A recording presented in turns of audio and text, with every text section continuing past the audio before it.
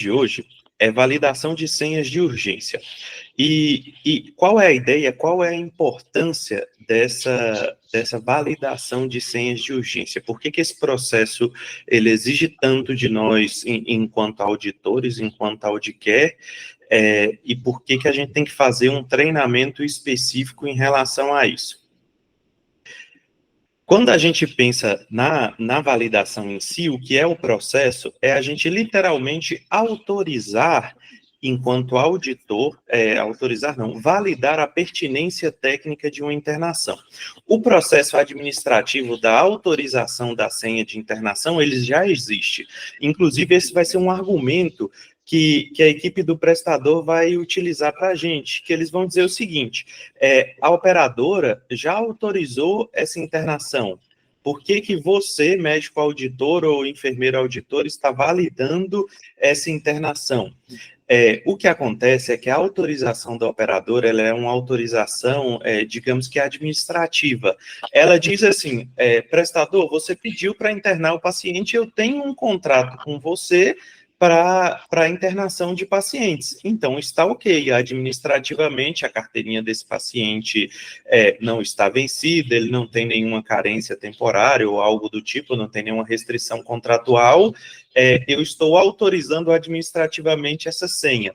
Nesse momento, a gente, enquanto auditor, enquanto equipe técnica, a gente passa a ter 24 horas de prazo, que é o que acontece na maioria dos nossos contratos, para dizer assim, essa internação que foi autorizada administrativamente, ela tem pertinência técnica.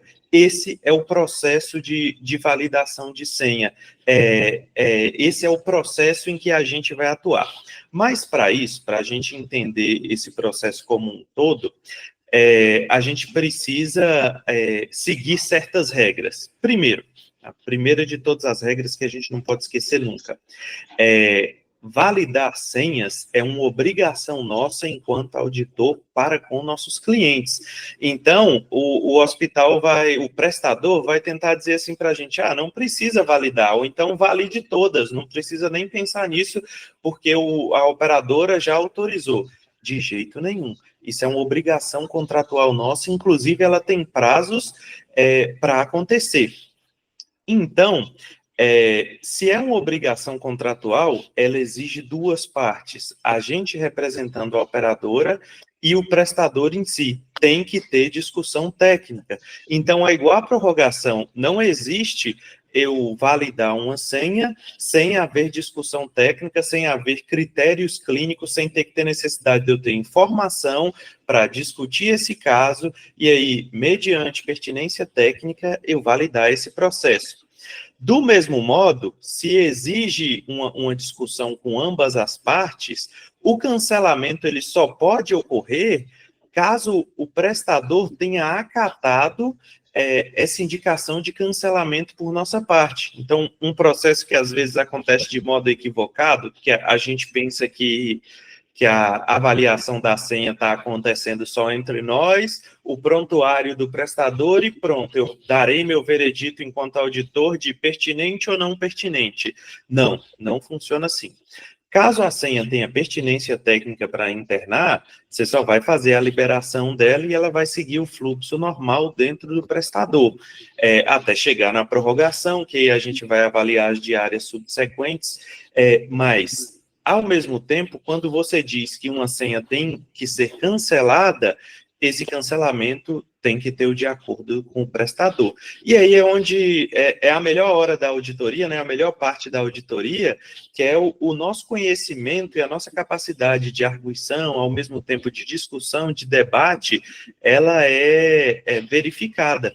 Então, a gente vai ter que provar para o prestador, por A mais B, que aquele paciente dele não tinha indicação de internação hospitalar, para somente nesse momento que ele concordar com a sua opinião, é que você realize o cancelamento dessa senha. O ideal, e isso é uma métrica que a operadora observa para quando a gente está trabalhando, é que esses cancelamentos de senha ocorram no intervalo de até 24 horas, desde a internação hospitalar do paciente. Eu coloquei uma regrinha de tempo, lá na frente eu vou explicar para vocês, mas às vezes essas 24 horas poderão ser atrasadas mediante a avaliação, a discussão com o prestador. Porque, por exemplo, vocês levam um paciente que internou no sábado para discutir com o prestador só na segunda de manhã, porque esse prestador não tem auditor para discutir o cancelamento dessa senha nem no sábado nem no domingo. Às vezes, então, esse prazo de 24 horas passou. Quando você leva esse caso para discussão, o prestador vai tentar, com a equipe assistente deles, com a equipe local, ainda conseguir alguma informação que for duvidosa no prontuário. Nisso, esse prazo de cancelamento de 24 horas, ele pode ser estourado. Então, na hora de cancelar a senha, depois de ter tido de acordo do prestador, vocês vão escrever lá que esse caso extrapolou o horário por causa disso, disso e disso, mas que houve consenso entre você e o auditor do prestador e que ele acatou esse cancelamento. Ponto. Lá você deu a nossa defesa do processo. Caso a operadora venha perguntar para a Audicare, para suas coordenações e gerências, por que essa senha foi cancelada por mais de 24 horas? Lá na nossa planilha de cancelamento de senhas vai ter uma explicação a contento do porquê que isso ocorreu. Todas as vezes que a gente avaliar uma senha e tiver indicação de cancelamento, esse cancelamento vai precisar ter consenso com o prestador? Não. Tem algumas senhas que elas podem ser canceladas de imediato e sem consenso com o prestador. Eu trouxe alguns exemplos para aqui para vocês. Primeiro, caso de evasão do pronto-socorro. O paciente que a internação foi solicitada, mas ele evade do pronto-socorro, a gente vai cancelar essa senha dele. Não tem por que essa senha seguir o processo, já que o paciente evadiu. Então, nesse caso, senha cancelar de imediato. Nesse caso, o prestador não tem opção de acatar ou não esse cancelamento. Esse é um cancelamento que ocorre de imediato por contrato. Outro, paciente internado em leito de pronto-socorro que não caracteriza um leito de internação hospitalar. Nesses casos, então, por exemplo, o hospital estava cheio, o paciente passa 24 horas internado no leito do pronto-socorro e vai embora do pronto-socorro mesmo. Ele não subiu para o leito de internação hospitalar. Nesse caso, vocês também estão autorizados a cancelar essa senha. Pacientes que internam somente para realizar procedimento eletivo, e aí os principais casos são endoscopia, colonoscopia, hemotransfusão. Essas senhas têm que ser, ou algum procedimento que exija day clinic somente, essas senhas serão canceladas e o prestador vai ser orientado a pedir uma senha de day clinic, uma senha de procedimento eletivo para poder receber por esse procedimento. Então, diferente da senha de evasão, que o prestador não vai receber nada, nesses casos em que foi uma internação para um procedimento eletivo, um day clinic, o prestador vai receber, ele só tem que seguir o fluxo adequado, que não é o fluxo das senhas de internação. Ou ainda, quando houver furo numa questão administrativa, usuário inelegível, carteirinha vencida, incarência ou cobertura parcial temporária, nesses casos, a senha não devia ter sido autorizada, mas se ela o foi e chegou para validação da gente, a gente vai cancelar essa senha. Acho que alguém ia fazer alguma pergunta? Pode falar, doutor Mica. Uma dúvida, por exemplo, se o paciente está já internado no apartamento ou já internado em UTI e ele evade. Não cancela a senha. Por quê? Perfeito. A evasão, ela vai ser um problema resolvido pelo médico da prorrogação, que vai avaliar junto com o auditor se esse paciente, se essa evasão dele se justifica ou não, se cabe o pagamento da diária ou não. Mas a internação hospitalar, o que vai dizer se ela tem pertinência técnica ou não é o quadro que motivou a internação do paciente. Então, tem um paciente que evade e ele não tinha pertinência técnica de internar, e aí a senha é cancelada não porque ele evadiu, mas porque ele não tinha pertinência técnica para internar. Ou o paciente que evade, ele tinha pertinência técnica para internar, então essa senha de urgência é validada. Fechado? E outra questão, por exemplo, diz que os procedimentos eletivos, por exemplo, endoscopia, transfusão, coluna, mas, por exemplo, eu já vi senha de internação, que vem como urgência e emergência, para, por exemplo, o paciente veio só fazer uma ressonância magnética. Nesses casos de exame de imagem, também cancelo, porque assim, me disseram que eu não poderia cancelar, porque senão o hospital não conseguiria receber. Mas então será que existe um fluxo para esses exames? Tipo, Para endoscopia e colonoscopia, segue o fluxo de day clinic. Então, eles têm como faturar. Para ressonância magnética, independente de se o hospital conseguir faturar ou não, se a indicação era em caráter eletivo, igual aquela história de que a gente não faz ressonância magnética no pronto-socorro, então internamos o paciente só para fazer uma ressonância. Cancelamento de senha, por quê? Nesse caso, eles internaram o paciente pela urgência para fazer um procedimento eletivo. Então, devia seguir o fluxo de SADT. então, aí, por exemplo, nessa questão da ressonância, por exemplo, de boa conduta deixar para cancelar em consenso? Porque com Cancelar certeza em o médico consenso. Na vai, verdade, vai não é que você concordar, vai né? precisar do consenso nesse caso, mas é bom Só avisar, né? Então, essa discutir aqui é com o só. auditor, porque ele vai falar, por que você cancelou essa senha? Porque, cara, vocês escreveram, vocês documentaram que o paciente internou pela urgência para fazer um exame eletivo. Não faz Ah, sentido. perfeito. Aham, fechou. Doutora Thalita Bringel, quanto tempo? Oi, Rafa, tudo bem? Tá fazendo falta por Eita, aqui, muita falta. o que você pergunta? Rafa, aconteceu 3 vezes de criança internar para EEG na UTI pede, porque tem que ser sedada, e aí tem que ser de noite, porque é para avaliar o EEG durante o sono, e aí eu nunca consegui vencer uma discussão, assim. Nesse caso, tá, eu acho que você não vai conseguir vencer mesmo, porque tem alguns prestadores aqui em São Paulo que já tem fluxo para esses eletroencefalogramas, mas aí o motivo de você não conseguir vencer é porque não existe um fluxo contratualizado e faz todo sentido esse paciente estar monitorizado, estar num leito de terapia intensiva, estar em observação, e geralmente o que vai motivar esse exame para essa criança é um quadro agudo, ou mesmo que não seja um quadro agudo, é uma agudização de um quadro crônico. Então, Faz meio que ele vai ter uma indicação, entre aspas, mesmo que seja um procedimento que parece eletivo, ele tem por que investigar e essa investigação tem por que ser internado. Tá, a minha dúvida era justamente essa, se não existe um fluxo para esses pacientes fazerem esses exames ambulatorialmente, igual a polissonografia, que o paciente às vezes Isso. tem que passar a noite na clínica, mas ali não caracteriza uma internação, né? Caracteriza um exame, um SADT. Então Aí eu é posso mediante continuar contrato. autorizando. Tá bom. Pode sim. Aí, uma coisa que é só bom informar para a gente, e aí a gente já tem nossas coordenadoras de enfermagem aqui, é porque às vezes a gente vai ficar na dúvida, esse fluxo existe ou não? Em Brasília, se não me engano, esse fluxo não existe em nenhum prestador do vídeo eletroencefalograma. Mas caso exista algum prestador que já tem esse fluxo adequado, aí a gente pode orientar. Beleza, obrigada, Rafa. Um abraço. Então, tá. Doutora Thaisa.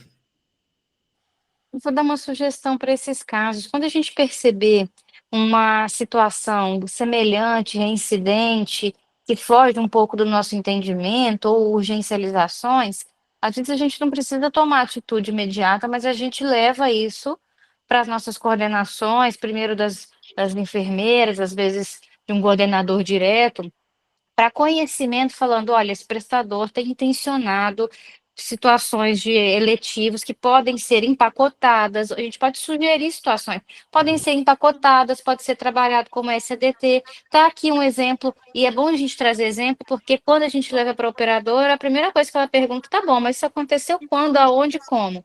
Então a gente leva alguns exemplos e fala, olha, eu auditei a pertinência técnica, a questão é como pagar essa pertinência técnica, né? Porque às vezes nisso eu entendo, Thalita, que você está trazendo assim, aqui tá tendo a urgencialização do médico, porcentagens de adicional noturno, adicional de urgência, passagem no PS desnecessário de uma criança que ia imediatamente para o exame, né?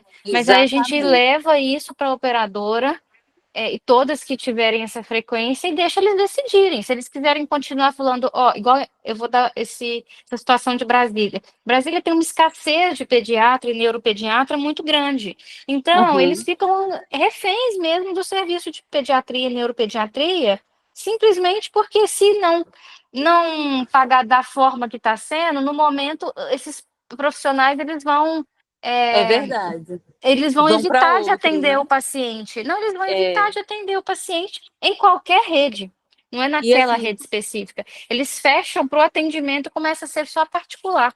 E aí tem um entendi. problema de falta de rede, né? Que a operadora não pode ficar sem rede. Vai buscar onde? Entendi. Na É, cidade não, próxima. é isso Então, mesmo. levem isso a conhecimento.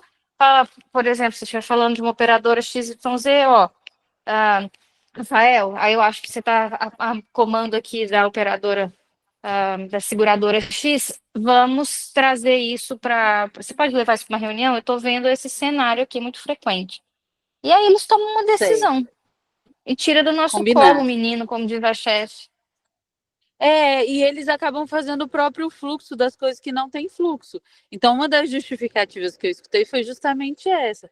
Ah, porque o Hospital Brasília é referência para esse tipo de exame, porque está aceitando fazer pela emergência. Então, assim, quando uma coisa não tem fluxo, o pessoal acaba fazendo o próprio fluxo, né? Mas eu vou sinalizar assim. Obrigada, Thaís. Continuando, sobre urgencialização. Urgencialização é motivo para cancelamento de senha? Não, porque qual vai ser o entendimento de algumas das operadoras, não todas. Geralmente, o paciente que tem um procedimento urgencializado, ele já tinha indicação de fazer o procedimento, ele o faria em algum momento e esse procedimento seria autorizado pelo fluxo adequado. O que a gente vai negociar nesses casos é o seguinte: suspeitei de urgencialização. Se eu for o auditor da prorrogação, eu já vou estar sabendo disso. Caso eu não o seja, eu vou comunicar ao auditor da prorrogação e vou comunicar também à coordenação médica direta de enfermagem, a coordenação médica ou de enfermagem direta, porque o que a gente vai tentar fazer é só limpar os custos que a urgência desse procedimento agregou, como, por exemplo, os 30% pelo horário, por se tratar de cirurgia de urgência, a cobrança dos OPMS. Então, tudo isso a gente vai tentar limpar esses custos para o procedimento que for urgencializado ser pago mais ou menos como seria se fosse um procedimento eletivo. É só isso que a gente vai fazer. Então, via de regra, nós não cancelaremos urgencialização. Quando tiver uma operadora ou um prestador em específico em que a gente pactuou que a urgencialização será cancelada, a gente vai avisar para vocês previamente. E sempre atenção à urgencialização, porque ela é uma má prática. Não é algo que é para estar acontecendo de modo corriqueiro, e a gente tem que estar sempre de olhos bem atentos em relação a isso. E aí, pensando nessas regrinhas que a gente está dando para validação de senha, isso acontece na prorrogação também, e a gente tem que estar muito atento para isso, que é o seguinte: às vezes acontece de lá pela terceira ou quarta vez que um caso aparece para mim, seja para validação ou prorrogação, é aí que eu percebo que é o mesmo caso. Geralmente eu não consigo perceber da segunda vez. Eu só consigo perceber da terceira ou da quarta, que fala assim: olha, paciente de tantos anos, com tais sinais clínicos, com tal hipótese diagnóstica. Na segunda vez eu penso, porque os males vêm aos pares. Da terceira e da quarta eu falo, opa, peraí, será que esse não é exatamente o mesmo caso que eu avaliei? E aí vem um ponto. Como a gente avalia casos demais na validação de senhas, na prorrogação, a gente está sendo submetido a um teste aí, que é o teste de se as nossas condutas elas são homogêneas. E aí, como é que a gente escapa desse teste? E eu amo quando eu descubro da quarta vez que eu vou conferir os outros 3 casos e a minha conduta nos outros 4 casos foi exatamente igual. Então, para essa menina jovem de 23 anos que não tinha nenhuma comorbidade, que só tinha dor e ardência a urinar, nos 4 casos em que esse mesmo caso voltou para mim, eu cancelei as 4 senhas conforme consenso. Por quê? Porque não tem indicação de internação pelo livro nesses casos. Então, o melhor ensinamento que a gente pode dar para vocês tem um embasamento técnico para poder fazer esse cancelamento dessas senhas. Então, se a gente segue o que está escrito no livro, se a gente segue a orientação técnica explícita para esse caso, podem apresentar o mesmo caso para a gente 1000 vezes na validação de senha, na prorrogação, e todas as 1000 vezes a gente vai ter a mesma postura ou uma postura extremamente parecida, porque é isso que está escrito no livro. Aqui eu trouxe as referências que eu mais amo utilizar, que é o Harrison para a clínica médica. Os manuais da USP, eu sou apaixonado com eles, porque eles traduzem o que a gente tem de mais novo do conhecimento médico para a nossa realidade brasileira, e eles são extremamente bem escritos. E ainda, para servir de respaldo, já que esses materiais vão oferecer o referencial teórico, mas, ao mesmo tempo, a gente tem a portaria do Ministério da Saúde quanto à indicação da internação dos pacientes em leito de UTI, que é a portaria 895, vocês sabem que eu amo citar ela, porque ela direciona nosso trabalho, e a gente tem agora uma inteligência artificial, que é o Open Evidence, que ele serve para um start do pensamento da gente, porque às vezes é difícil a gente saber em qual capítulo do livro, em qual contexto específico esse caso está. Então, nesse momento, quando tem um contexto específico, para que eu uso a inteligência artificial?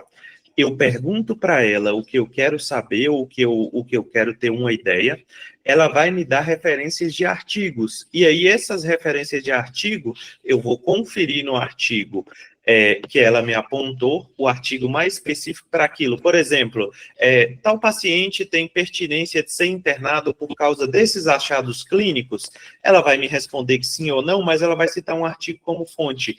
Eu vou nessa fonte desse artigo, geralmente eu procuro o que tem o título mais específico para o que eu quero, porque eu também não vou, num caso que eu estou avaliando validação de senha, eu não vou ter tempo de ler 5 artigos, então eu vou direto no ponto, eu escolho o artigo que o título mais se aproxima do que eu quero, eu vou na base de dados em que esse artigo está contido, eu checo esse artigo, e aí, esse artigo diz que sim, esse caso tem pertinência para internação hospitalar.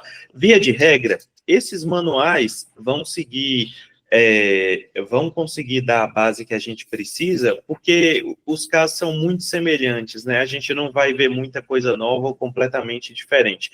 Mas é só para lembrar vocês que a gente tem livro-texto para isso, para validar para validar as nossas condutas. Toda vez que a gente tiver um caso de indicação de internação hospitalar cuja essa indicação seja questionável, é a hora que a gente vai para o consenso com o auditor do hospital, e aí a gente vai, mediante consenso, e prezando sempre por garantir a melhor assistência para os nossos pacientes, a gente vai fazer o cancelamento ou a validação dessa senha. Outro ponto, sempre que pensamos em validação de senhas, essas validações seguem uma rotina e tem prazo para acontecer. Elas têm que acontecer sempre, pelo menos uma vez ao dia, a cada 24 horas, de modo ininterrupto. Então, para algumas operadoras, para uma em específico, a gente faz essa validação de senha, incluindo nos finais de semana e feriados. As senhas que forem validadas em final de semana e feriado, sábado e domingo, a gente dá o ok e elas seguem o fluxo. Se for cancelado e o prestador não tiver equipe médica no sábado e no domingo, a gente vai discutir com eles todas essas senhas de sexta à noite, sábado, domingo, todas na segunda de manhã. Uma coisa que a Audicare está fazendo é lutando para que os prestadores, onde a gente já tem essa obrigação de validação de senha no sábado e no domingo, que eles tenham auditor médico no sábado e no domingo também, para poder fazer essa discussão de caso. Inclusive uma forma com o crescimento da auditoria, com o boom que a gente está vendo de auditoria, até surgirem novos empregos médicos, né, que literalmente a gente vai ter que ter um pseudo plantão de auditoria aos sábados e domingos por parte da auditoria médica e de enfermagem do prestador. Então, vamos lá. Gente, toda vez que a gente fala de cancelamento de senhas, a gente já tem alguns modelos de aulas em que o Felipe elenca os principais tópicos para cancelamentos de senha e a gente faz uma revisão da literatura médica para esses casos. E aí a gente já fez aula sobre a portaria 895, aula sobre infecção do trato urinário, aula sobre dengue, aula sobre indicação de UTI, aula sobre sepse. Hoje eu quero fazer diferente. Hoje o que eu quero é que vocês apontem os principais diagnósticos, a gente vai determinar um paciente padrão que se apresenta com esses casos na nossa cabeça e a gente vai dizer quando esse paciente tem indicação de internação e qual seria a acomodação para a internação desse paciente. Por quê? Quando eu tenho um protótipo desse paciente pronto na minha cabeça, fica fácil eu separar ele em caixinhas e eu avaliar de modo sistemático a internação dele no momento em que ela se apresenta para mim, para eu validar a senha. Então, essa é a ideia daqui. Então, a partir de agora, a gente vai criar a nossa tabela. Eu coloquei 2 slides com 4 linhas cada, que eu acho que uns 8 pacientes protótipos, com 8 diagnósticos diferentes, cobrem mais do que 80% do que a gente vai ver nas validações de senha de pronto-socorro, que geralmente precisam ou tem indicação da gente avaliar o cancelamento ou não dessa senha. Então, agora é com vocês. Citem seus pacientes padrão, digam o diagnóstico e eu vou ajudar vocês e a gente vai construir junto essa planilha. Pois é. Isso que eu queria começar a falar. Perdão. Pneumonia curva zero, PSI portes baixos. Um paciente sem falha terapêutica prévia, né, ausência de falha terapêutica prévia, que entra no pronto-socorro e é indicado uma internação para antibiótico terapia para pneumonia. Né, um paciente jovem, estável, né, que vem com uma queixa de febre há em torno de 3 dias, tosse, porém sem uso de musculatura acessória, né? Esse é um caso que eu vejo que já é reincidente. Idade, né? Que é o que pega a idade. Olha, e aí, doutor Laércio trouxe um ponto extremamente importante para a gente. Paciente com pneumonia comunitária, o cara que chega no pronto-socorro, ele geralmente, e isso vai servir para quase todos os quadros infecciosos, se ele é jovem, sem comorbidade, pouquíssimas vezes ele vai ter indicação de internação hospitalar. Então, aí a doutora Patrícia complementa, geralmente serão os extremos de idade, no caso de pneumonia comunitária, que a gente vai se preocupar com a internação hospitalar dele. Aí o doutor Laércio já trouxe 2 quadros principais, que a gente pode usar para calcular se o paciente tem indicação de internação hospitalar ou não. No caso de pneumonia, a gente tem índices específicos, né? CURB-65, PSI, que é o índice de severidade da pneumonia. Tem um outro também, SmartCop, é um outro que serve para pneumonia. Tá. O que todos esses índices vão fazer, gente? Eles vão dar para a gente um cálculo com critérios objetivos, e esse cálculo, ele vai dizer se esse paciente tem indicação de internação hospitalar ou não. E no caso, por exemplo, do CURB, do PSI, ele sugere a acomodação do paciente, se o paciente é um paciente de enfermaria ou se é um paciente de unidade de terapia intensiva. Detalhe, na validação de senha, a gente julga se o paciente tem indicação de internação hospitalar, sim ou não. Então, se o paciente não tem a indicação de alocação numa UTI, não é um problema. Na prorrogação, a gente vai discutir se a gente vai validar essa internação em UTI ou enfermaria. No momento que a gente está validando a senha, o que a gente precisa dizer tem indicação de internação, sim ou não. E aí, qual é o problema de quando a gente fala desses milhões de tabelinhas, de algoritmos? Na prática, a gente não usa muito eles. Na prática, a gente consegue definir... embora case perfeitamente com esses critérios, a gente consegue definir mais rápido sem pensar objetivamente neles, né? E à medida que a gente vai conhecendo esses critérios também, a gente percebe que eles vão nos guiar para um certo tipo de paciente. Por exemplo, se é um quadro infeccioso, como no caso da pneumonia, o paciente que vai ter indicação de internação hospitalar, e entrando nesses critérios, será o paciente em extremo de idade. Então, vamos colocar aqui. idade alta ou baixa, o paciente que tem alguma disfunção orgânica, e aí vejam só, por exemplo, o paciente que tem uma pneumonia e tem injúria renal aguda, independente dele ter pneumonia, se ele tem uma injúria renal aguda, ele tem uma indicação de internação hospitalar para observação, mesmo que essa internação seja só para uma expansão volêmica, 24 horas, porque após a expansão volêmica, a função renal dele recupera. Ou então, se ele tem uma pneumonia e tem uma dificuldade respiratória que ele não tinha antes, por exemplo, ele não necessitava de oxigenoterapia, e aí ele está no catéter nasal, ele tem indicação de internação.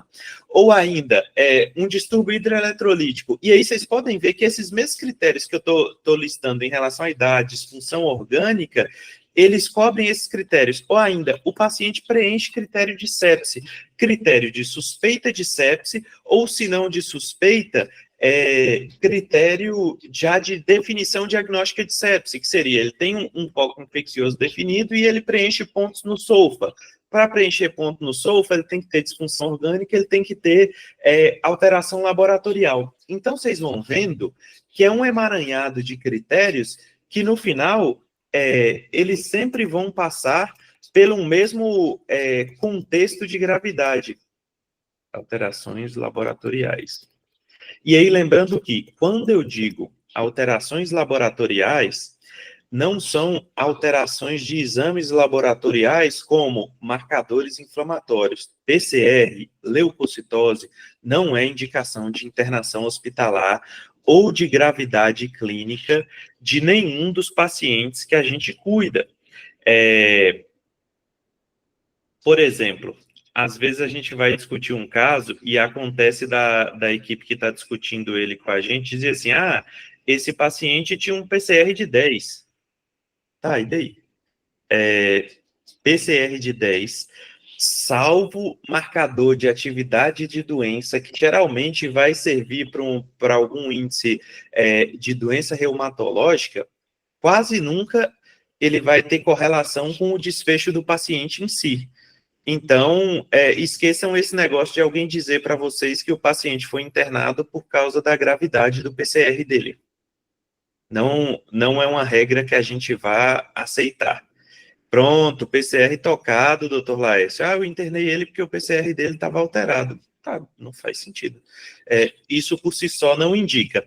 Então, a acomodação no caso de uma pneumonia comunitária. Leito de UTI, só se sepse ou disfunção orgânica. Ponto. E aí, por sepse também, a gente vai acabar caracterizando uma certa disfunção orgânica. Vamos. Outra, para pneumonia, ficou bem definido, pessoal, esse contexto geral do paciente, quando é que a gente vai pensar em internar ou não? Se alguém quiser trazer algum caso como exemplo, citar um paciente de tantos anos com isso e com isso, tem pertinência para internação e interna onde? Não? Então, próximo. Dois casos, assim, que envolve parte renal, que é, né, infecção urinária, e tem um que acontece muito também, que é também relacionado, que é cálculo urinário, o pessoal solicita a urgência da ureterorrena, né? Às vezes coloca boa, doutor Mica.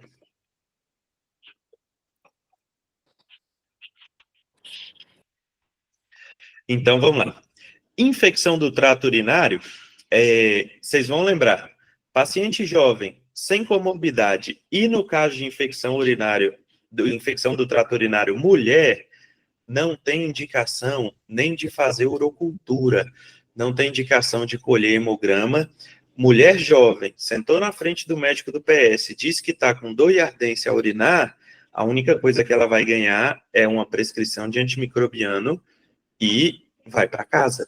Não precisa fazer mais nada. Isso é de livro.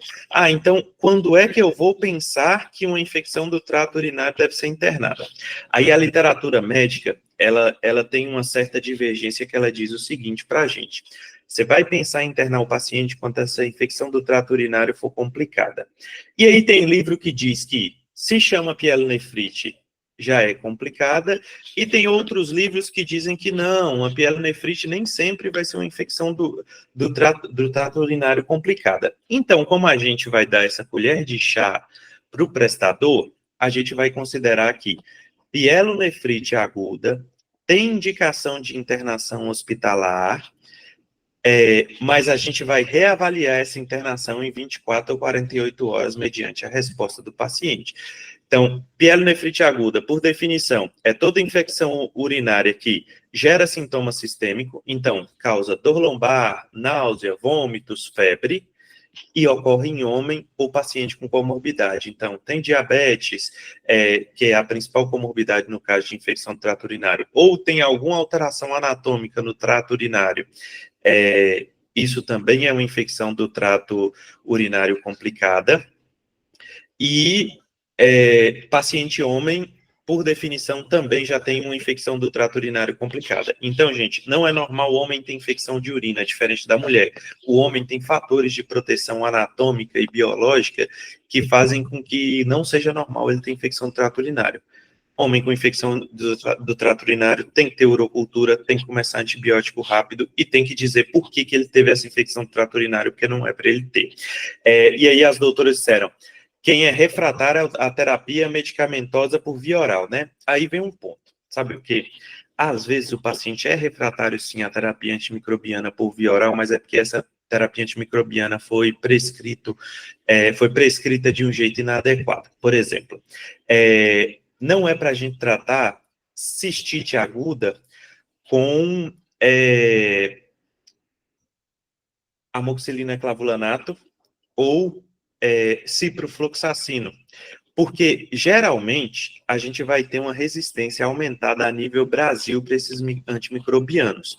Então, às vezes, em um outro antimicrobiano oral que é péssimo para tratar a infecção do trato urinário, que a gente ama utilizar, que é acetilcefuroxima, que é o bom e velho Zinat. Geralmente o paciente vai falhar com esses antimicrobianos e ele não falhou porque a bactéria dele é multiresistente ou porque é um caso complicado. É só porque você escolheu um antibiótico errado. Você está dando um antimicrobiano que não tem ação para aquele sítio, para aquele tipo de bactéria, e você está querendo que funcione. Outro, que é um clássico, as quinolonas, elas têm um espectro de ação, de cobertura para o trato urinário, semelhante ao Tazocin. Alguns de vocês já devem ter ouvido eu falar assim, levofloxacino é o Tazocin que você pode tomar por via oral. A Imoxi tem um espectro semelhante ao levofloxacino, só que não cobre pseudomonas, e ele não tem penetração nenhuma no trato urinário. Então, pode chegar para vocês um paciente que ganhou moxifloxacino para tratar a infecção do trato urinário. E aí ele chega com os mesmos sintomas. Por quê? Porque ele ganhou um antibiótico muito bom, só que não tem penetração para o sítio que ele estava tentando tratar. Então, essa infecção, ela só foi tratada com antibiótico errado, ela não é refratária à terapia por via oral. Melhor antimicrobiano de todos para tratar a infecção do trato urinário, nitrofurantoína em disparado, a dose ajusta, dependendo se for infecção baixa, que é a cistite, ou se for infecção alta, que é a pielonefrite. Para cistite, a gente ainda tem aquele antimicrobiano que a gente toma em pó, em dose única, como é que é o nome dele? Fosfomicina. Fosfomicina, pronto, Monurio, que aí vai chegar no Brasil agora, a apresentação dele V, que é excelente, inclusive trata KPC. Uma outra droga, que aí essas outras drogas a gente usa mediante sensibilidade no antibiograma, se a gente tiver um antibiograma. Bactrim e Clavulin. Ciprofloxacino também vai servir num contexto em que eu tenho um antibiograma, né? E com antibiograma a gente só vai avaliar se tem penetração no sítio. Então tá, apresentação do paciente, a gente vai definir se é cistite, pielonefrite ou sepse. Se for cistite, sem indicação de internar. Se for pielonefrite, a internação é questionável, eu vou avaliar. Se for sepse, interna sempre. Então, indicação de internação, pielonefrite, duvidoso, e sepse, acomodação, se sepse UTI, por 48 horas e a gente avalia. Aí, doutor Mica trouxe um assunto para a gente, que é o paciente que chega com cólica nefrética e tem lá sua ureterolitíase de estimação.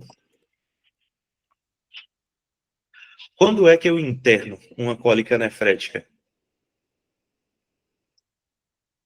Bora, doutores, me deem Disfunção em orgânica? casa. Oi? Disfunção orgânica? Disfunção orgânica. Pronto, a disfunção orgânica que a cólica nefrética vai dar vai ser principalmente relacionada à obstrução de via urinária, e aí eu vou ter injúria renal aguda relacionada. Eu posso ter também uma hidronefrose, e aí tem um detalhe.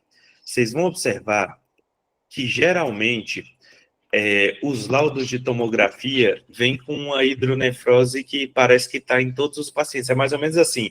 A mulher tem uma cistite aguda, tem lá um cálculo que a gente até fica na dúvida se é um cálculo mesmo ou não, mas tem uma sugestão de que tem uma hidronefrose renal.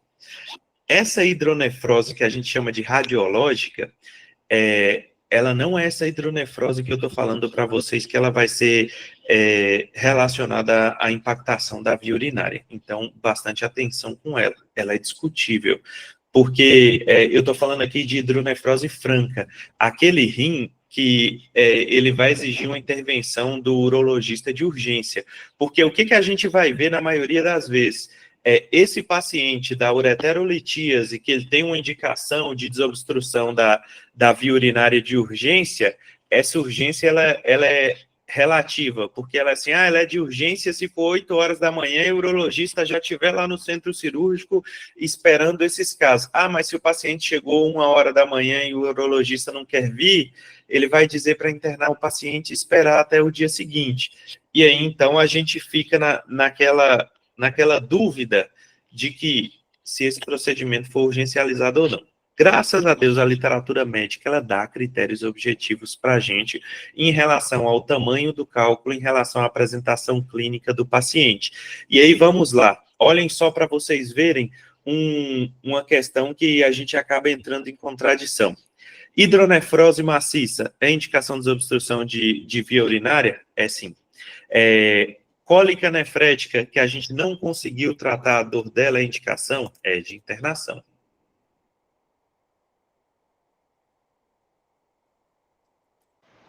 Então, a analgesia do paciente nem precisa ser dor de difícil controle, na verdade, é analgesia inicial.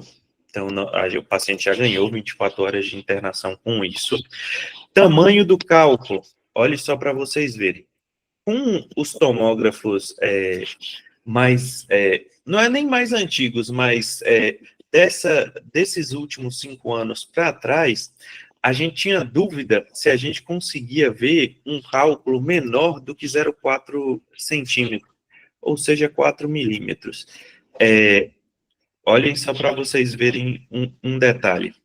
Qualquer cálculo menor do que 4 milímetros, eu espero que ele consiga sair da via urinária sozinho, e eu duvido até, chega a ser questionável, se a tomografia vai conseguir vê-lo.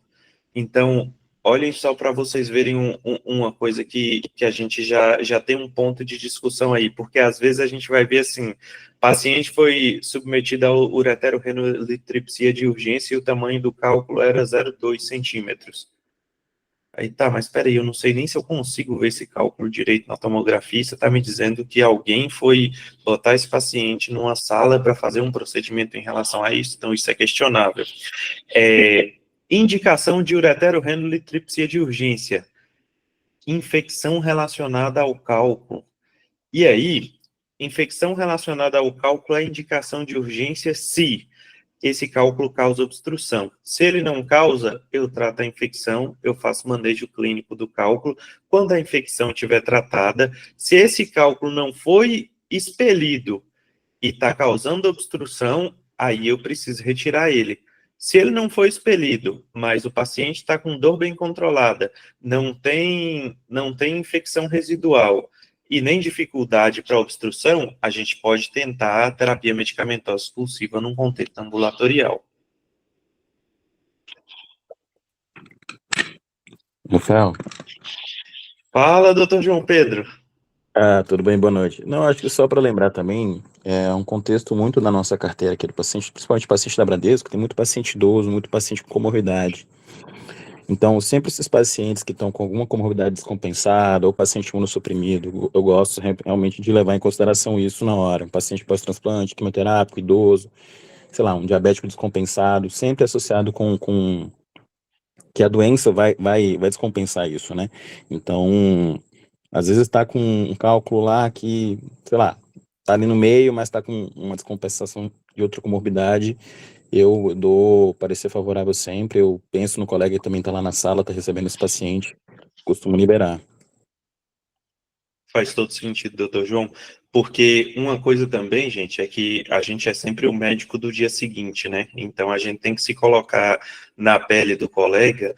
Por quê? Porque às vezes o caso vai deixar dúvida. E aí uma coisa que a gente tem que entender é, se o caso deixou dúvida, no caso da dúvida, a pertinência técnica vai ser definida por quem estava lá cuidando, olhando, pegando nesse paciente. Por mais que a gente seja bom, tem um limite para o que a gente pode ou não dar de orientação. É claro que vão ter casos que serão esdrúxulos, que a gente vai conseguir perceber isso, e aí a gente vai discutir com o auditor que vai estar do outro lado na mesma condição que a gente. Mas, em caso de dúvida, essa dúvida vai sempre beneficiar o paciente, o colega que estava lá cuidando dele. O comentário do Dr. João é extremamente pertinente. Faz todo sentido. Eu lembrei aqui de um tipo de paciente que chega muito para a gente nos pronto-socorros, e isso depende da época do ano, mas que são os pacientes com dengue.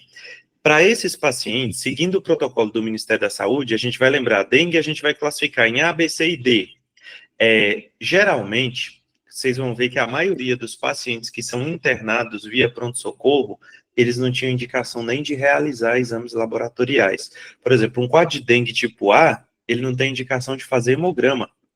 Um caso de dengue tipo B, você vai fazer um hemograma no pronto-socorro, e aí esse hemograma do pronto-socorro, caso o hematócrito desse paciente esteja alterado, você vai fazer uma expansão volêmica para esse paciente e reavaliar ele dentro de 6 a 12 horas, que aí ele pode ser um paciente que seja enquadrado no grupo C, e aí no grupo C ele tem indicação de internação, ou ainda ele volte para o grupo A, e aí ele tem indicação de alta para casa no dia seguinte. Então, dengue com indicação de internação é só dengue C e D. A dengue B também entra, mas lembrando que essa dengue B ela vai ser reavaliada, aí mediante exame realizado no pronto-socorro é que a gente vai dizer se tem indicação de internação ou não. C e D, via de regra, internado. E o paciente com dengue que tem indicação de UTI é só o paciente com dengue D. Sempre vão tentar dizer para vocês o seguinte: eu mandei esse paciente com dengue para UTI porque ele era um paciente com dengue e 90 mil plaquetas. A primeira pergunta que você vai fazer é: ele tinha indicação de fazer um hemograma? Para você dizer que essas 90 mil plaquetas dele eram pertinentes ou não, porque às vezes ele tinha 90 mil plaquetas, mas você não tinha nem que ter visto quantas plaquetas ele tinha, porque ele era um paciente jovem, sem sinais de alarme, com prova do laço negativa. Ele devia só ter ido para casa com a dengue dele, tomar sintomático, beber bastante água e ser reavaliado caso esses sintomas não melhorassem em 48 horas. Alguém tem um comentário a fazer sobre esses pacientes com dengue? Quer fazer alguma pergunta?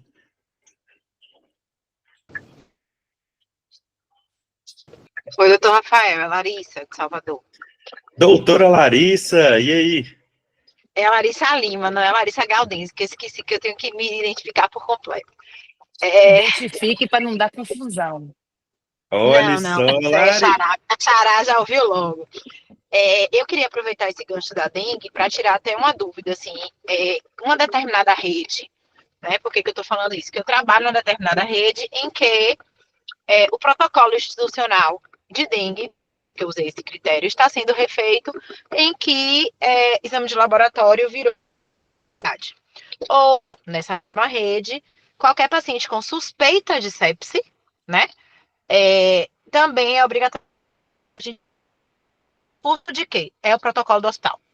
Então, assim, está sendo revisto o protocolo de dengue, esse protocolo ficou definido que todos os pacientes vão fazer sorologias e exames de laboratório tipo de epidemiologia e tem um exame no DESEV. Paciente suspeita de sepsis, independente se, claro, né, que às vezes acontece muito, na criança ele chega com, eu vou dar exemplo da assistência, né? Então o paciente chega com vários critérios de sepsis, porém, quando você faz o exame de laboratório, é um covidão, é covid. E aí, assim, querem enfiar a criança na UTI, por quê? Porque o protocolo do hospital diz que qualquer suspeita de sepsis, a gente coloca no hospital. Ou nosso protocolo de dengue é X e Y. E aí, assim, até que ponto esse protocolo do hospital vai, assim, interferir na nossa conduta de internamento, entendeu? No caso, nossa análise desse internamento. Até que ponto eu posso estar aceitando esse protocolo do hospital como uma verdade para definir aquele internamento? Olha, a gente tem dois modelos de protocolo. A gente pode ter um protocolo que usa a literatura médica e a mesma evidência que a gente vai usar para consultar se essa internação foi adequada, pertinente ou não, esse protocolo vai usar isso, e aí esse protocolo vai seguir as mesmas regras que nós e provavelmente a gente não vai ter atrito nenhum com ele. E a gente vai ter alguns protocolos que forçam um pouco as coisas. Por exemplo, a gente pode ter um protocolo hospitalar que diz que uma dengue do tipo B, ela tem que ir para a UTI nas primeiras 24 a 48 horas. Nessa hora, a gente vai seguir a hierarquia das nossas autoridades, que é o seguinte.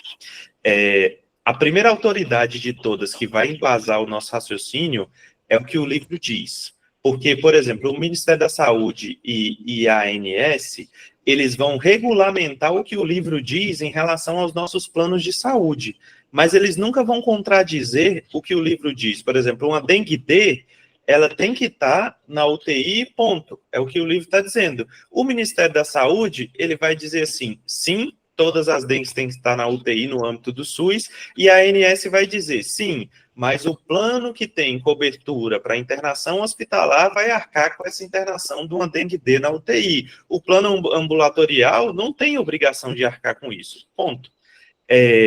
Então, o protocolo do hospital, ele estaria no sentido de ser uma instância inferior a tudo isso.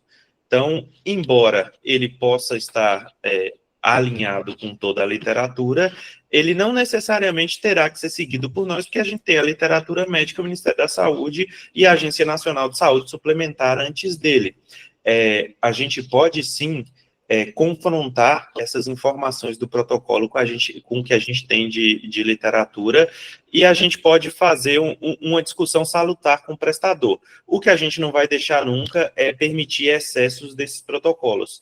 Então, faz todo sentido que o prestador escreva os seus protocolos. O que não vai fazer sentido é a gente permitir excessos que não são respaldados pela literatura médica e pela legislação vigente. Só isso. Pode falar, doutor Laércio. Um argumento que eu utilizo muito, principalmente nos casos de dengue, hoje, no Brasil, né, o órgão responsável pela regulação de doenças infecto-contagiosas é o do Ministério da Saúde, né, a gente tem os protocolos estabelecidos, claro que a gente usa o livro, né, as referências, mas o protocolo, ele deixa bem direcionado, né, os grupos A, B, C e D, como que a gente deve deliberar os casos. Então, seguir orientações das sociedades, quanto do Ministério, também auxilia muito no consenso presidencial. Fechado. Pessoal, mais alguma clínica em específico que vocês queiram discutir para a gente fazer nesse mesmo modelo da tabelinha? Tem uma que aparece muito. Jeca, sensacional. Depois bota dor lombar aí, Rafael. Nossa, dor lombar, boa, doutor João Pedro. Então, vamos lá.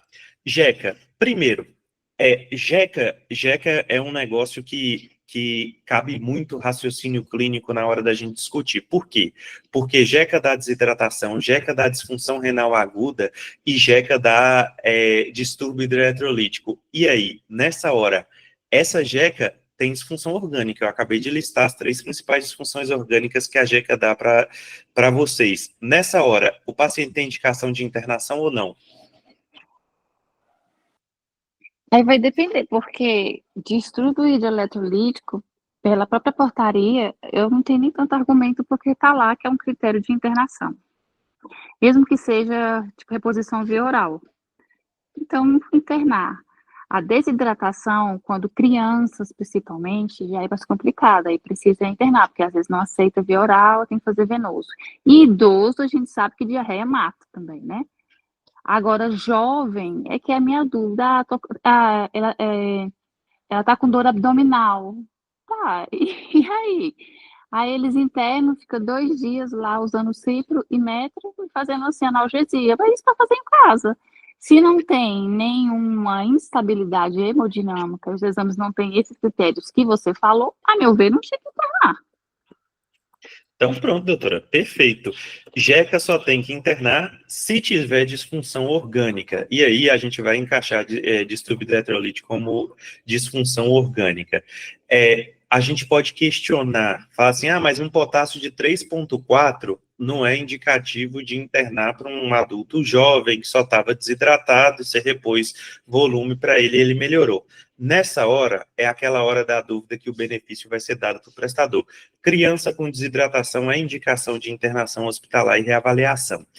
Nessa hora, gente, não é nenhum problema a gente validar a internação nesses casos. O que a gente precisa ficar atento é que eu espero que em 12 a 24 horas esse paciente tenha melhorado. Não é para alguém que está desidratado na hora que chegou no hospital e eu validei a internação dele, está desidratado no dia seguinte. Você recupera o estado volêmico de um paciente de 1 hora no paciente que estaria assim, ótimo, aquele rapaz jovem que eu botei um soro de 1000 para correr nele e eu trouxe ele de volta à vida, até 6 horas, que seria o paciente que está em choque séptico.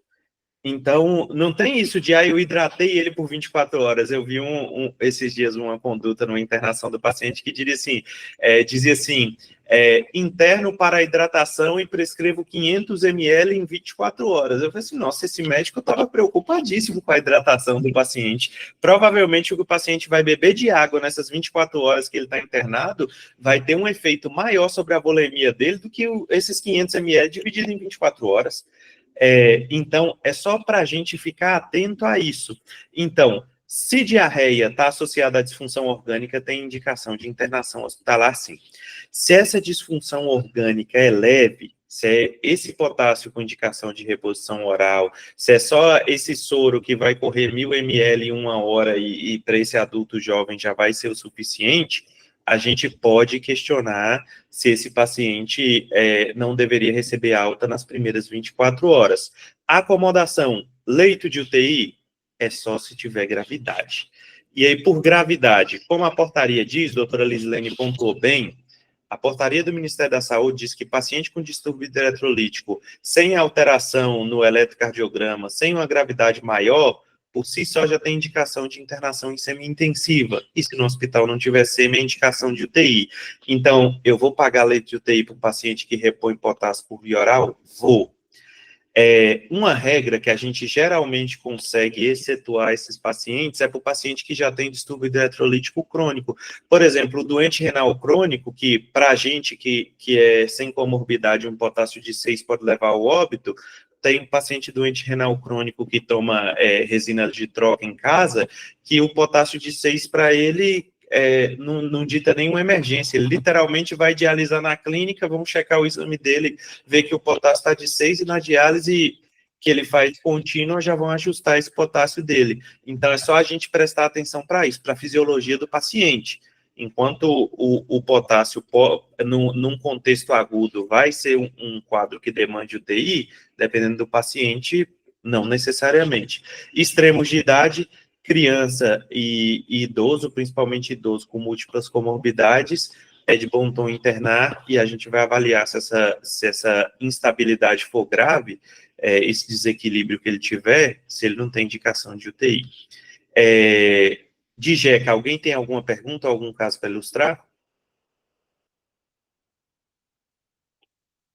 Covid. Covid, vocês vão lembrar da classificação da Covid, e aí foi engraçado que eu estudei Covid tanto durante a pandemia, naqueles 2 primeiros anos, que eu me senti um covidólogo, porque eu só estudava, você ia estudar sepse, a minha aula de sepse para os residentes de clínica médica, eu ri depois, quando eu fui atualizar ela ao longo do tempo, que ela não era uma aula de sepse, ela era uma aula de sepse na Covid, porque era como se todos os outros casos tivessem deixado de existir, a sepse que importasse para a gente fosse a sepse da Covid, né? Vocês vão lembrar que Covid classifica assim, leve, moderado, grave ou crítico. E aí vem Covid leve, é o Covid que não tem alteração no exame de imagem, nem alteração na imagem, não tem alteração no exame de imagem, não tem alteração respiratória. Covid moderado é o Covid que tem alteração no exame de imagem, mas não tem alteração respiratória. Covid grave é todo Covid que precisou de oxigênio. Então, Covid, por definição, se precisou de suporte de oxigênio por catéter nasal, é Covid grave. Então, indicação de internação, se grave. Por quê? Porque grave é qualquer Covid que usou oxigênio.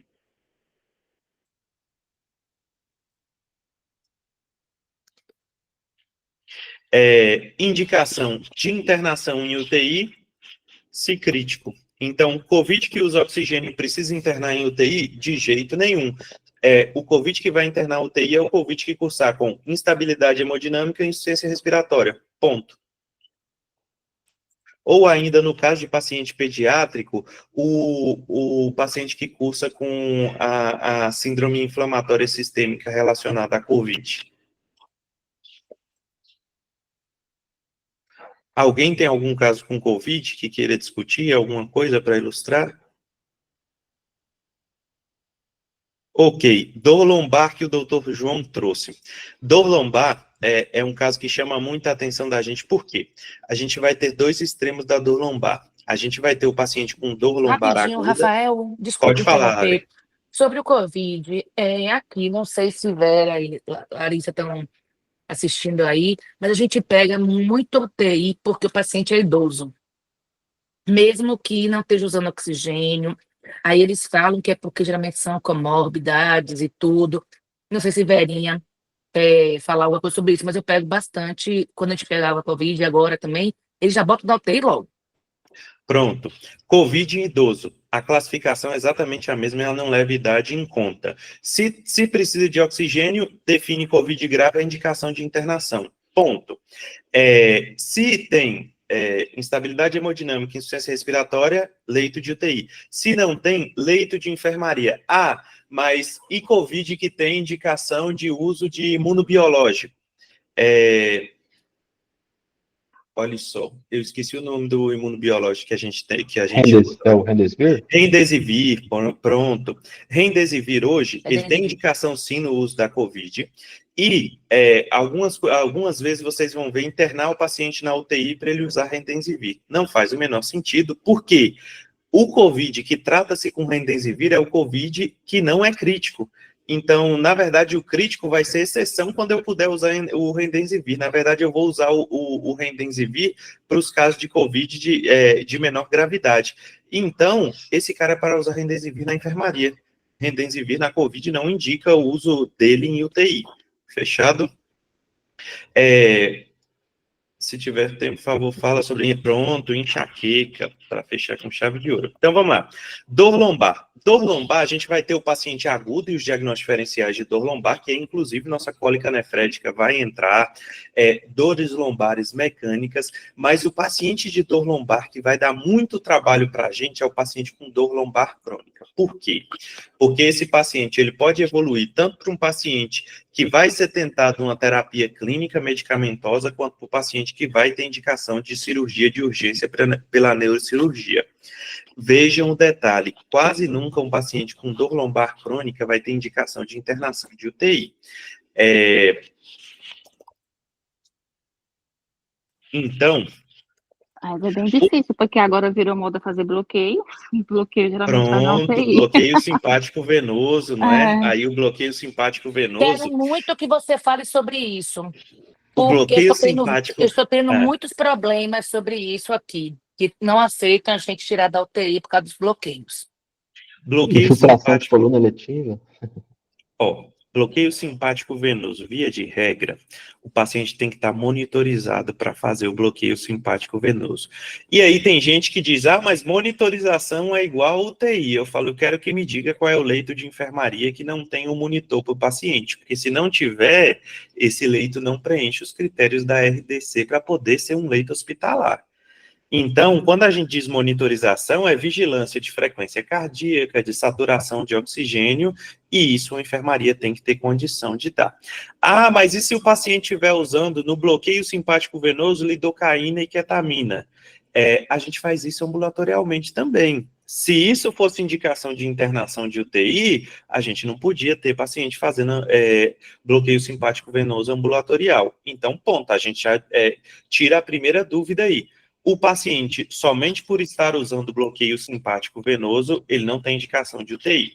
Então, mas ele pode sim ser internado num leito de enfermaria para fazer esse bloqueio simpático venoso, mas aí é no contexto de uma dor crônica que chegou no pronto-socorro com agudização e você não conseguiu tratar ela num primeiro momento no pronto-socorro.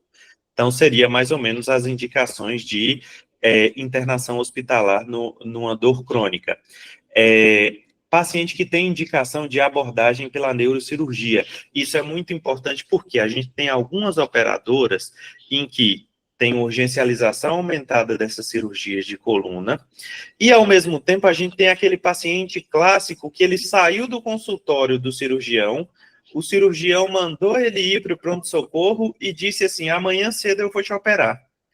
Nesse caso, gente, a gente tem uma urgencialização muito bem descrita, tanto que a gente já chegou a pactuar em alguns prestadores o seguinte, a gente só vai aceitar essa cirurgia de coluna num contexto de urgência quando ficar muito bem comprovado que esse paciente foi internado por uma dor lombar crônica agudizada, foi tentada uma terapia medicamentosa e essa terapia foi escalada, eu usei a escala analgésica, eu tentei analgésicos simples, analgésicos de alta potência, inclusive opioides, quando a doença que causa essa dor lombar tiver indicação de uso de opioide. Eu tentei adjuvantes à terapia, e aí entram, inclusive, drogas neurolépticas, bloqueio simpático venoso, uso de anti-inflamatório, como adjuvantes, e aí tudo isso não teve resposta e eu tinha um substrato que indicava cirurgia, aí eu vou operar esse paciente como a via final nesse caso. Então, olhem só, é completamente diferente do cara que internou num dia e o cirurgião já... E aí, inclusive, escrevem na internação hospitalar dele que o cirurgião mandou internar para operar às 8. Eu tenho urgencialização caracterizada. Para o paciente que eu fiz eu tive uma jornada no tratamento dessa dor até tentar uma intervenção cirúrgica como último recurso. Nesses casos, quase nunca vai ter indicação de internação em UTI por si.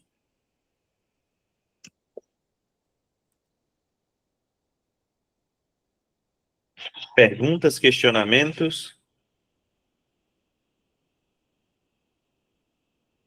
Então, vamos para o mais legal de todos, que esse eu fiz uma revisão recente dele por causa de indicação de exame de imagem nesse contexto.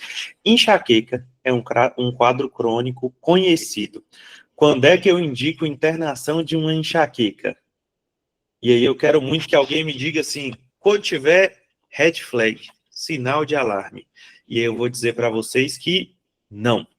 Red flag, sinal de alarme para enxaqueca, ele diz quando você vai fazer exame de imagem para uma enxaqueca. Então, fala assim, eu tive uma enxaqueca com um déficit focal neurológico agudo. É a primeira vez que esse paciente tem isso? Não. Esse déficit focal neurológico agudo, se ele caracteriza a aura do paciente e ele já sabe disso, é só indicação de fazer medicação e reavaliar. O déficit focal neurológico agudo persistiu. Aí você realiza o exame de imagem porque ele vira um red flag, ele vira um sinal de alarme. Outro ponto, se tem red flag, tem indicação de fazer exame de imagem. Qual é o exame de imagem de escolha para enxaqueca? TC de crânio sem contraste. Fiz a TC de crânio e ela deu normal, Nesse caso, se tiver persistência, eu vou fazer um exame de imagem mais complexo, e aí pode ser anjo-TC ou ressonância magnética, nesse caso vai indicar a internação hospitalar do paciente. Melhorou com as medicações e a TC veio limpa, pode receber alta. Ou ainda, é uma enxaqueca, mas ela está associada a algum sintoma não relacionado à aura, e que nem sempre não caracteriza um déficit neurológico focal agudo mais clássico de enxaqueca. Por exemplo, uma hemiparesia ou uma hemiplegia. Geralmente, nesses casos, esse paciente vai entrar pelo protocolo de AVC. E aí, se entrou para o protocolo de AVC, por definição, ele tem indicação de observação em unidade de terapia intensiva nas primeiras 24 horas. Então, a gente vai dividir a apresentação clínica da enxaqueca numa clássica versus uma não clássica. Se a enxaqueca clássica, tomou medicação, vai-se embora, não tem que internar. Se é não clássica, geralmente vai ter indicação de internar. E aí o não clássica pode ser de N motivos. Quando é que eu vou pensar em UTI para enxaqueca no geral?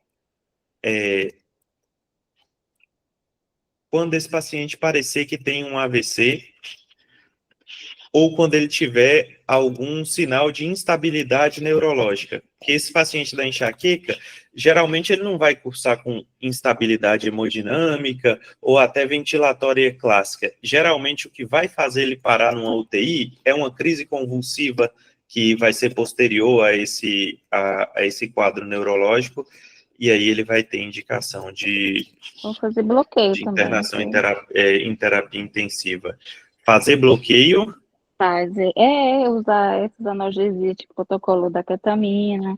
Geralmente Pronto. essas pacientes que têm, além da enxaqueca de difícil controle, tem fatores depressivos, né? Ou então fibromialgia, fatores psicossomáticos Neuralgia do associados. trigêmeo é um caso que a gente pode Isso. fazer bloqueio occipital, mas lembrando, esses bloqueios, eles podem e devem ser feitos em leito de enfermaria. Eles, por si só, não indicam internação em leito de terapia intensiva.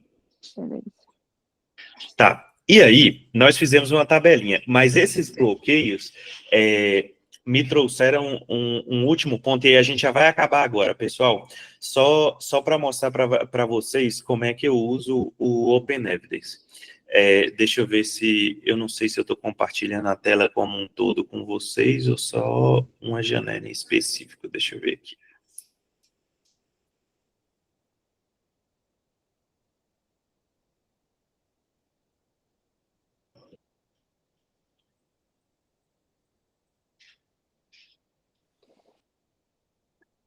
Então é por isso Agora eu estou compartilhando a tela toda. Vocês estão vendo a minha tela, né? Sim. Então, como é que eu uso o Open Evidence para tirar essas dúvidas? Que é aquela dúvida assim, ó. Eu estou auditando, eu estou aqui com 500 prorrogações na minha frente, ou eu estou com 50 senhas para eu validar, e eu quero eu quero tirar uma dúvida pontual. Nessa hora, eu literalmente boto o Open Evidence para me dar um paradigma em relação ao caso clínico. Por exemplo, paciente de 38 anos, com história de enxaqueca, que não melhorou com o uso de analgesia otimizada no pronto-socorro. E aí uma coisa, eu nunca sugiro a resposta que eu quero que o meu interlocutor dê para mim. Então, isso serve para... Isso é semiótica, mas eu levo ela para a vida, que é o seguinte: se eu estou perguntando para uma inteligência artificial que eu não sei se funciona direito algo, eu nunca vou dizer assim, esse paciente tem indicação de UTI? Eu vou perguntar para ele, quais são os critérios de internação hospitalar, ou quais são os critérios de internação e alocação hospitalar nestes casos. Por quê? Porque ele vai me dar uma regra geral, e aí com essa regra geral, eu vou ver onde o caso do paciente se encaixa. Eu não estou sugerindo para ele a resposta que eu quero ter, Porque se eu disser assim, quando um paciente, esse paciente tem indicação de UTI, a resposta vai ser refinada para esse norte que eu dei para o paciente. Entenderam mais ou menos o que eu quero dizer? Que não vamos sugerir para o nosso interlocutor, mesmo que ele seja uma inteligência artificial, a resposta que a gente quer. A gente faz uma pergunta geral e ele vai dar essa resposta para a gente. Mas o mais importante que eu quero não é a resposta que ele vai me dar em si. É um artigo que me guie para essa resposta. E aí eu vou ver. Ele deu um artigo de manejo de cefaleia de 2015, um outro artigo de manejo de cefaleia de 2019, manejo de cefaleia no departamento de emergência de 2020 e um de 1991. Pronto. Com essas referências aqui, eu só ia olhar esse manejo de cefaleia de 2020 e pronto.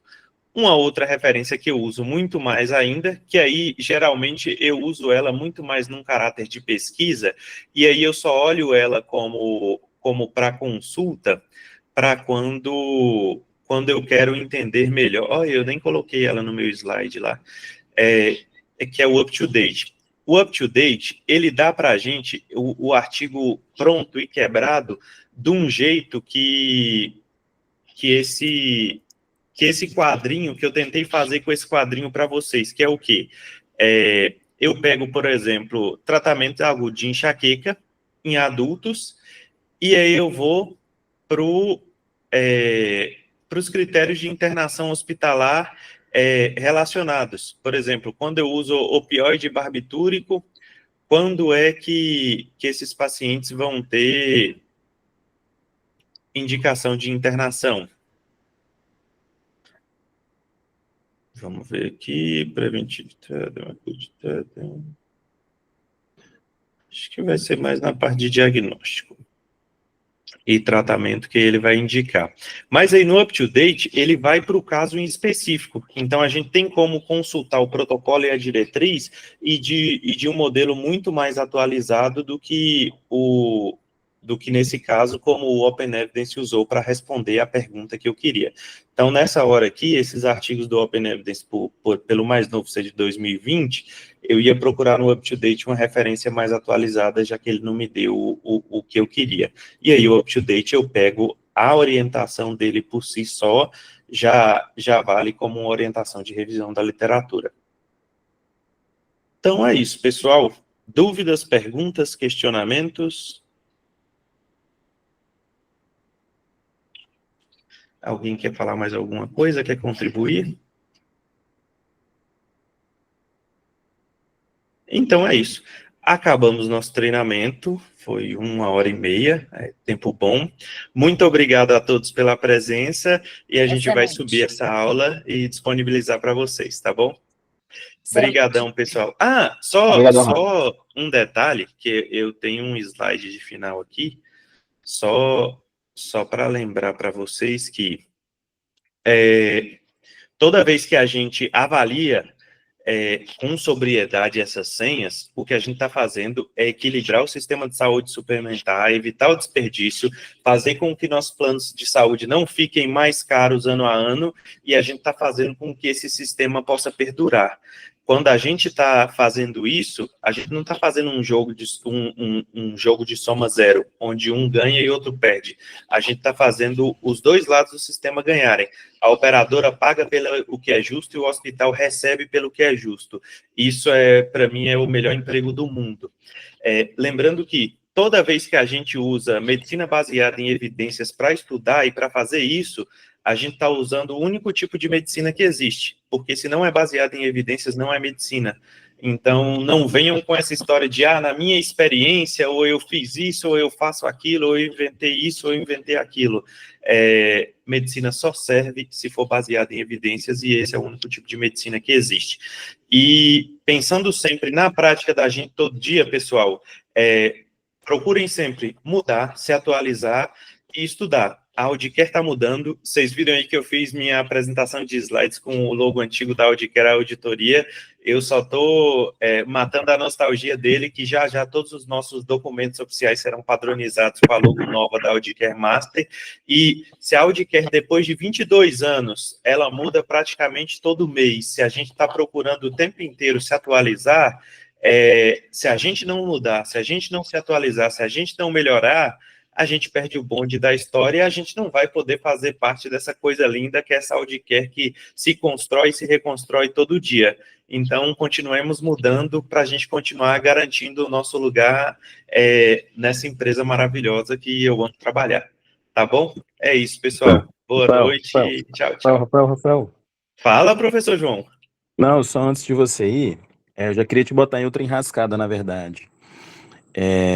A gente agora, principalmente na auditoria de contas, né, eu acho que isso é interessante a gente trazer também para a auditoria concorrente, que cada vez mais a gente precisa linkar a auditoria concorrente com a auditoria de contas, né? Então, a discussão do medicamento de um paciente na auditoria de contas, se ela está sendo feita nas contas, já está sendo feita tarde demais, na verdade, né? Tem que ser feita na auditoria concorrente. Assim, o que eu pensei? Ultimamente, aqui, por exemplo, no Rio de Janeiro, nessa praça daqui, albumina é água, albumina é soro. Então eu queria deixar uma reflexão assim para você e tal, se você quisesse ou pudesse, eu poderia tentar te auxiliar, de você tentar nos auxiliar assim, principais medicamentos de alto custo que são solicitados dentro do hospital, ou medicamentos que têm um uso mais irracional, medicamentos off-label, aula nesse sentido. Se você, tipo albumina, Beriplex... Sensacional, João, sabe por quê?